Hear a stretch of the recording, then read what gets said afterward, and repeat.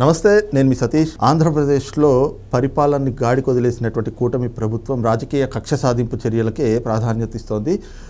Police శాఖను, ఆ వ్యవస్థను చేతిలో పెట్టుకుని వైఎస్ఆర్ కాంగ్రెస్ పార్టీ నాయకుల పైన తప్పుడు కేసులు పెట్టించడం, అక్రమ అరెస్టులు చేయించడం, దీంతో అసలు పూర్తిగా ఆంధ్రప్రదేశ్లో ఏం జరుగుతోంది అనేటువంటి ఒక సందిగ్ధ పరిస్థితి నెలకొంది. మరి ఏదైతే కనుక నిన్న సాయి కళ్యాణి అనేటువంటి వైసీపీ ఎంపీటీసీని అరెస్ట్ చేసినటువంటి వైనం అసలు శాంతి భద్రతలు ఉన్నాయా అనేటువంటి అనుమానాలకి దారితీస్తూ ఉంది. ఇదంతా కూడా ఒక రెడ్ బుక్ రాజ్యాంగం మరి ఆ ముసుగులోనే జరుగుతున్నటువంటి అక్రమ అరెస్టులు అంటూ సాక్షి మీడియా కావచ్చు, వైసీపీ నేతలు అంబటి రాంబాబు లాంటి వ్యక్తులు మరి మీడియా సమావేశాలు పెట్టి మరీ వాళ్ళు చేస్తున్నటువంటి విమర్శల్ని ఎలా చూడాలి అనేటువంటి అంశం అంతా విశ్లేషించేందుకు ప్రముఖ రాజకీయ విశ్లేషకులు అంకమరావు గారు ఉన్నారు. సార్ నమస్తే. సార్, శాంతి భద్రతలు పూర్తిగా క్షీణించిపోయినాయి. ఆంధ్రప్రదేశ్లో అంబేద్కర్ గారి రాజ్యాంగం కాకుండా రెడ్ బుక్ రాజ్యాంగాన్ని నడిపిస్తోంది కూటమి ప్రభుత్వం. వైసీపీ నేతలే టార్గెట్గా రాజకీయ కక్ష సాధింపు చర్యలకి పాల్పడుతుంది. అధికార దుర్వినియోగాన్ని కూడా చేస్తూ ఈ రోజున అసలు ఒక ఆటవిక పాలన కొనసాగిస్తోంది అంటూ అంబటి రాంబాబు గగ్గోలు పెడుతున్నటువంటి వైనం. సాక్షి మీడియా అసలు ఏంటి రాష్ట్రం, ఎటుపోతుంది ఈ రాష్ట్రం అంటూ కొమ్మినేని శ్రీనివాసరావు లాంటి వ్యక్తులు మరి ఈరోజు చేస్తున్నటువంటి కామెంట్స్ ఎలా చూడాలి? 2 రోజుల నుంచి కొమ్మినేని శ్రీనివాసరావు చూస్తూనే ఉన్నాను నేను. అలాగే రాజకీయంగా ఏలపాట్లు పడుతూ ఉన్నారు. ఎందుకంటే ఆంధ్ర రాష్ట్ర ప్రజలు ఇదే రోజు, ఈరోజు మే 13, గత సంవత్సరం ఇదే రోజు వాళ్ళ యొక్క తీర్పుని చాలా అంటే వాళ్ళు అన్ని విధాలు ఆలోచించుకొని రాష్ట్రం ఏమైపోతుందో చూసుకొని రాష్ట్రం మళ్ళీ రాష్ట్రంగా నిలబడాలన్నా, ప్రజలు ప్రజాస్వామ్యతంగా నడవాలన్నా, ప్రజాస్వామ్యం పరడు వెళ్ళాలన్నా, ప్రశాంతంగా రాష్ట్రం ఉండాలన్నా, లేదంటే ఎవరి పనులు వాళ్ళు చక్కగా చేసుకోవాలన్నా ఈ యొక్క తీర్పే ముఖ్యమైన ఉద్దేశంతో గత సంవత్సరం ఇదే రోజు వాళ్ళు ఈవీఎంలలో వాళ్ళ అభిప్రాయాన్ని చాలా బలంగా నిక్షిప్తం చేశారు. దాని ఫలితాలు ఎలా ఉన్నాయో జూన్ 4వ తారీఖు నాడు చూసాం. మరి ఈరోజు గతంలో అసలు ఏమీ జరగలేనట్టు వాళ్ళు చెప్తున్నారు కదా. మొన్న సజ్జల రామకృష్ణారెడ్డి అక్కడికి వచ్చేసి సిట్టు విచారణ ఎదుర్కొన్న సందర్భంగా మాట్లాడుతూ ఆ రోజు రాముడు రాజ్యం చూశారు, తర్వాత జగన్మోహన్ రెడ్డి గారి పరిపాలన చూశారు అని చెప్పని, మేము కనుక ఇట్లాగనే అనుకున్నట్టయితే ఈ తెలుగుదేశం వాళ్ళు ఈరోజు అధికారంలో ఉండేవాళ్ళ, వీళ్ళందరూ ఇక్కడ ఉండేవాళ్ళ అని చెప్పని అన్నారు. ఎంతమంది తెలుగుదేశం పార్టీ నాయకుల్ని మీరు జైల్లో వేశారు, ఎంతమంది మీద అభియోగాలు మోపారు, ఎంతమందిని జైల్లో పెట్టారు, ఎంతమంది కార్యకర్తలను న్యాయస్థానాల చుట్టూ తిప్పారు, ఎంతమంది నాయకులను చంపేశారు, కళ్ళ ముందు కనపడతానే ఉన్నాయి కదా. అప్పటికి 3 సార్లు ముఖ్యమంత్రిగా చేసిన చంద్రబాబు నాయుడు గారు అరెస్టునే సరే తర్వాత వస్తా. ఇప్పుడు శ్రీకాకుళం కాడ మొదలు పెట్టుకుంటే అచ్చెన్నాయుడు గారు, కోన రవికుమార్ గారు, మరి సర్దార్ గౌతులచ్చన్న గారి మనవరాలు శిరీష గారు ఇప్పుడు శాసనసభ్యురాలు, ఆమె కావచ్చు. మరి ఇవన్నింటినీ తీసి పక్కన పడేస్తే అశోక్ గజపతిరాజు గారి లాంటి వ్యక్తులను తీసుకొని వాళ్ళ మీద వాళ్ళకు సంబంధించినటువంటిది ఎప్పుడో వాళ్ళ పూర్వీకుల నుంచి వస్తున్నటువంటి ఆ ట్రస్ట్ని, మానసిక ట్రస్ట్ని స్వాధీనం చేసుకొని దాని కింద ఉన్నటువంటి 28,000 ఎకరాల భూముల్ని కొట్టేయాలన్న ఉద్దేశంతో అర్ధరాత్రి పూట సంచీతి గజపతిరాజు గారిని తీసుకొచ్చి మీరు చేసిన నిర్వాకం, న్యాయస్థానం కాపాడబట్టి సరిపోయింది. కానీ ఆ దేవుడు న్యాయస్థానం ఏం చేశారో కళ్ళ ముందు కనపడతానే ఉంది కదా. అలాంటి గొప్ప వ్యక్తిని, ఆ వంశస్థుడిని పట్టుకొని ఎన్ని దుర్భాషలాడారు, ఏ విధంగా మాట్లాడారు. వెల్లంపల్లి శ్రీనివాసరావు అనే మాజీ దేవాదాయ శాఖ మంత్రి, విజయసాయిరెడ్డి, వీళ్ళందరూ కూడా ఇవన్నీ ప్రజలైతే మర్చిపోలేదు కదా.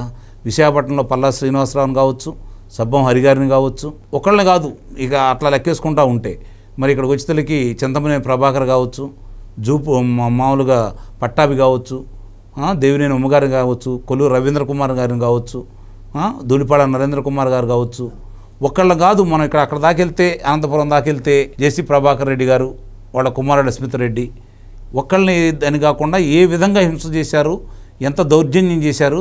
అయినా సరే వాళ్ళు క్షేత్రస్థాయిలో ఉండి నీ మీద పోరాటం చేసి మీ మీద గెలిచారే వాళ్ళు. ఈరోజు మీరు అల్లల్లాడుతూ పోరాటం చేసే శక్తి లేక మీరు బేల పలుకులు బరుగుతూ ఉన్నారే. 1631 రోజు అమరావతి రైతులు పోరాటం ఎలా చెయ్యాలో ప్రపంచానికి సాటారే ఆ మహిళమ్మ తల్లులు. వాళ్ళు న్యాయస్థానం నుంచి దేవస్థానం అని చెప్పిన వాళ్ళు బయలుదేరితే కనీసం తినడానికి అక్కడ కనీసం ఇస్తరాకులు కూడా లేకుండా చేస్తే రోడ్డు మీద తిన్నారే. కాలకృత్యాలు తీసుకునేటువంటి వాళ్ళు ఏర్పాటు చేసుకునేటిని కూడా ధ్వంసం చేసి షామియానాలు తీసేసి నిలువ నీడ లేకుండా చేశారే. ఇవన్నీ ప్రజలు చూశారు కాబట్టి, మీరు చేసినటువంటి రాక్షసత్వాన్ని గమనించారు కాబట్టి వాళ్ళు మళ్ళీ ఇక్కడ ఆంధ్ర రాష్ట్రంలో మీరు ఉండకూడదని చెప్పి 11 స్థానాలకు పరిమితం చేశారు. అవన్నీ మర్చిపోయి ఇప్పుడు ఈ ప్రభుత్వం తప్పులు చేస్తే నిస్సందేహంగా మనం దాని గురించి మాట్లాడదాం. ఇప్పటి వరకు ఎవరినైనా సరే అన్యాయంగా అదుపులో తీసుకున్నా, లేకపోతే వాళ్ళు ఏవి చెయ్యనిది, వాళ్ళు మాట్లాడంది వాళ్ళు అదుపులో తీసుకొని వాళ్ళు ఏదైనా శిక్షలు ఎత్తి చూపిస్తే దాని గురించి మనం కూడా మాట్లాడదాం. మీ భారతిరెడ్డి గారిని ఏదో అన్నాడనే కదా చేబ్రోలు కిరణ్ అనే వ్యక్తిని తెలుగుదేశం పార్టీ అతను తీసుకొని లోన కూర్చోబెట్టారు. ఈరోజు మీరు చేసిన దానికి అన్నిటికీ కూడా ప్రతీకారం మీరు అంటున్నారు కదా, ఎర్ర పుస్తకం రాశారు, ఆ రాజ్యాంగం నడుస్తుందని చెప్పని. నిజంగా ఆ రాజ్యాంగం నడవాలని చెప్పని ఆంధ్ర రాష్ట్ర ప్రజలు, తెలుగుదేశం పార్టీ శ్రేణులు, జనసేన పార్టీ శ్రేణులు కోరుకుంటా ఉన్నారు. కానీ వాళ్ళు చేయట్లా. వాళ్ళు చట్ట ప్రకారం, న్యాయ ప్రకారం, ధర్మం ప్రకారం వెళ్ళాలని చెప్పి వాళ్ళు ప్రయత్నం చేస్తున్నారు. అర్ధరాత్రి పూట వెళ్ళి మీరు వీళ్ళందరూ నేను చెప్పిన చాలామందిని కూడా మీరు అదుపులో తీసుకున్నారే. ఏ రోజైనా సరే వీళ్ళు అర్ధరాత్రి పూట నన్ను వచ్చి అదుపులో తీసుకుంటున్నారా? మీకు చక్కగా వాళ్ళ దగ్గరకు వచ్చేసి నోటీసులు ఇస్తున్నారు. నోటీసులు స్పందించకపోతే కదా అదుపులో తీసుకుంటుంది. అంకబాబు అనేటువంటి 70 ఏళ్ళు పైబడిన జర్నలిస్ట్ని అంటే మీకు ఎంత ధైర్యం జర్నలిస్ట్ జోలికి వెళ్ళారంటే అర్ధరాత్రి. ఇప్పుడు అంటే ఇట్లాంటివన్నీ 1 కాదు 2 కాదు. రంగనాయకం గారి వయసు ఎంత? ఆమెను ఏ విధంగా ఇబ్బంది పెట్టారు? కళ్ళ ముందు కనపడతానే ఉన్నాయి కదా. డాక్టర్ సుధాకర్ గారు మాస్క్ అడిగిన నేరానికి నడిబజాట్లో బట్టలు లేకుండా చొక్కా తీసేసి పెడరెక్కల విరిచికట్టి పిచ్చివాడిగా ముద్రేసి ఆయన చంపేశారని నేను భావిస్తున్నాను. ఆత్మహత్య అంటే నేను ఒప్పుకోను ఎట్టి పరిస్థితుల్లో కూడా. మీ దళిత డ్రైవర్ని అనంతబాబు చంపేసి ఇంటి ముందు పడేసి నేనే చంపానని చెప్తే అతనికి ఏ విధంగా సెక్షన్లు పెట్టేసి బెయిల్ రావడానికి మీరు ఏ విధంగా సహకరించారో ఈరోజు ప్రజలందరూ చూస్తూనే ఉన్నారు కదా. ఇట్లాంటివి చెప్పుకుంటా పోతే చాలా ఉంటాయి. ఇక వాళ్ళు దౌర్జన్యంగా తోట చంద్రయ్య కావచ్చు, నందం సుబ్బయ్య గారు కావచ్చు, ఇలా చాలామంది అబ్దుల్ సలాం ఆత్మహత్య కుటుంబం ఆత్మహత్య చేసుకునేవన్నీ కళ్ళ ముందు కనపడతానే ఉన్నాయి. ఇవన్నీ కూడా ప్రజల మనసుల్లోంచి చెరిగిపోలేదు. 15,000 కుర్రాడు అమర్నాథ్ గౌడ్ నా అక్కయ్యని ఎందుకు ఇలా వేధిస్తున్నారన్న దానికి నోట్లో గుడ్డలు గుక్కి పెట్రోల్ పోసి సజీవ దహనం చేశారే. మీరు చేసిన పనులన్నీ ప్రజలు మర్చిపోలేదు కదా. ఇవన్నీ కూడా చెప్పుకుంటే చాంతాడంత ఉంటాయి. వాళ్ళు చేసే పనులు 1 కాదు 2 కాదు. అందుకే ప్రజలు ఆ విధమైనటువంటి తీర్పు ఇచ్చారు. ఇన్ని చూసిన తర్వాత కూడా ఇంకా మీరు ఆ విధంగా మాట్లాడుతున్నారు అంటే ప్రజల ఆలోచనలు 100కి 100% కరెక్టే. ఇప్పటికీ ప్రజల సమస్యల గురించి కాకుండా మీ వాళ్ళని ఏదో చేస్తున్నాడు, వాళ్ళు ఏదో సత్యమూర్తులు అయినట్టు, వాళ్ళు ఏదో తప్పు చేయనట్టు, వాళ్ళు నిజంగా నిర్దోషులైనట్టు. నిస్సందేహంగా నిర్దోషులైతే న్యాయస్థానంలో వాళ్ళు నిర్దోషత్వాన్ని నిరూపించుకుంటే అప్పుడు ఇదే ప్రభుత్వాన్ని మాట్లాడదాం. మీరు ఎందుకు వాళ్ళని అట్లా అదుపులో తీసుకోవాల్సి వచ్చింది? మీ దగ్గర ఉన్న సాక్ష్యాధారాలు లేకుండా ఎందులో అదుపులో తీసుకున్నారు అని చెప్పని ఈరోజు మనం స్పష్టంగా మాట్లాడవచ్చు.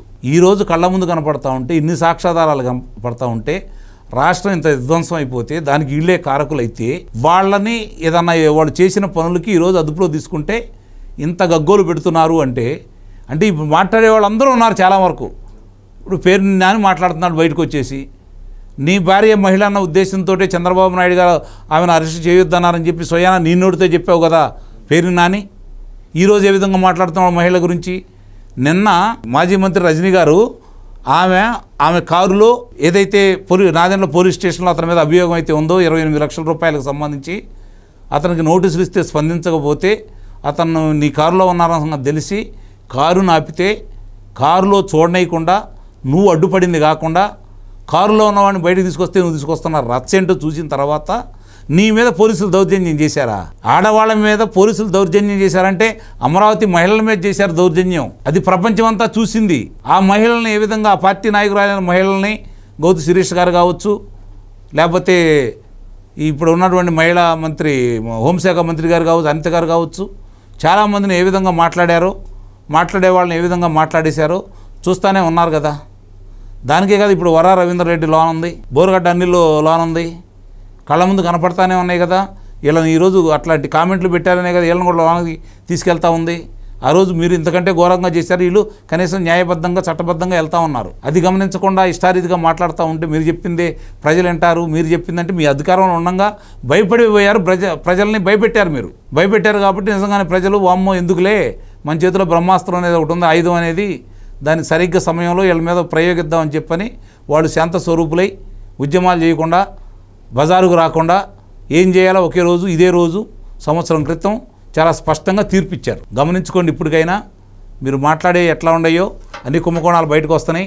మీ అధినాయకుని కూడా ఇంకా వారం 10 రోజుల కంటే ఎక్కువ సమయం కూడా పట్టేటట్టు లేదు. కాబట్టి ఇక మీ పెడబొబ్బలు, మీ ఆలోచన విధానాలు, మీ శోకాలు అన్నీ ఎట్లా చేయాలో ఇప్పటి నుంచే ప్రిపేర్ అయిపోండి. వరుసనే అందరిని ఒక్కొక్కళ్ళు అదుపులో తీసుకుంటారని అయితే నిస్సందేహంగా నేను భావిస్తున్నాను.